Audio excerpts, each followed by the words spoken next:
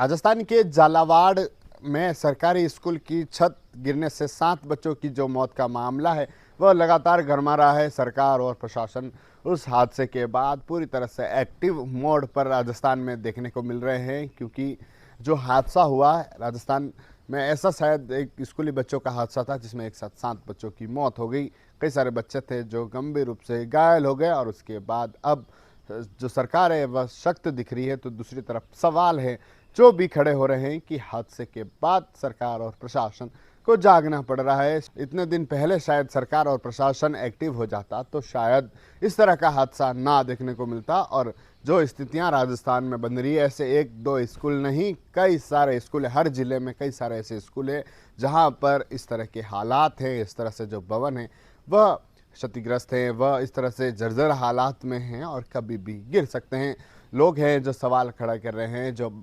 अभिभावक हैं वह सवाल खड़े कर रहे हैं कि आखिरकार उनके जो बच्चे हैं उनको कब सुविधाएं सही से मिल पाएगी, कब उन बच्चों को सही से शिक्षा मिल पाएगी। क्योंकि एक तरफ सरकार हरियाणा और राजस्थान की बात करती है, बच्चों से पेड़ पौधे लगवाए जाते हैं, दूसरी तरफ स्मार्ट क्लासों की बात की जाती है, इंग्लिश शिक्षा देने की बात की जाती है, लेकिन जब भवन ही इस हालात में होंगे, जब भवन ही टूटे फूटे होंगे, कहीं से छत गिर रही है, कहीं से दीवारें टूट रही है, कहीं से पानी गिर रहा है, कहीं से छतें टपक रही है, तो ऐसे हालात में कैसे उन बच्चों को उन स्कूलों में पढ़ाया जाएगा। और अब सवाल है जो अभिभावक वह खड़े कर रहे हैं, एक तरफ विपक्ष हैं जो निशाना साध रहा है कि साहब इतना बड़ा हादसा हुआ और हादसे के बाद अब सरकार को जागना पड़ रहा है।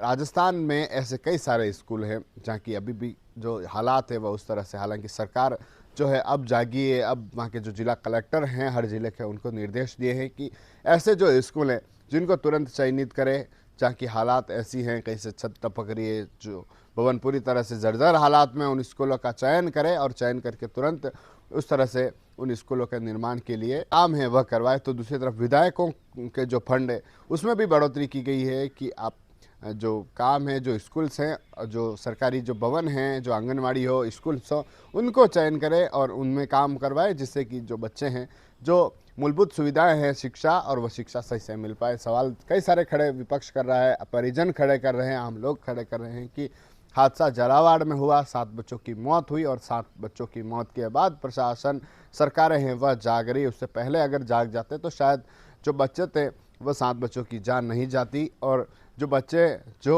उस जर्जर हालात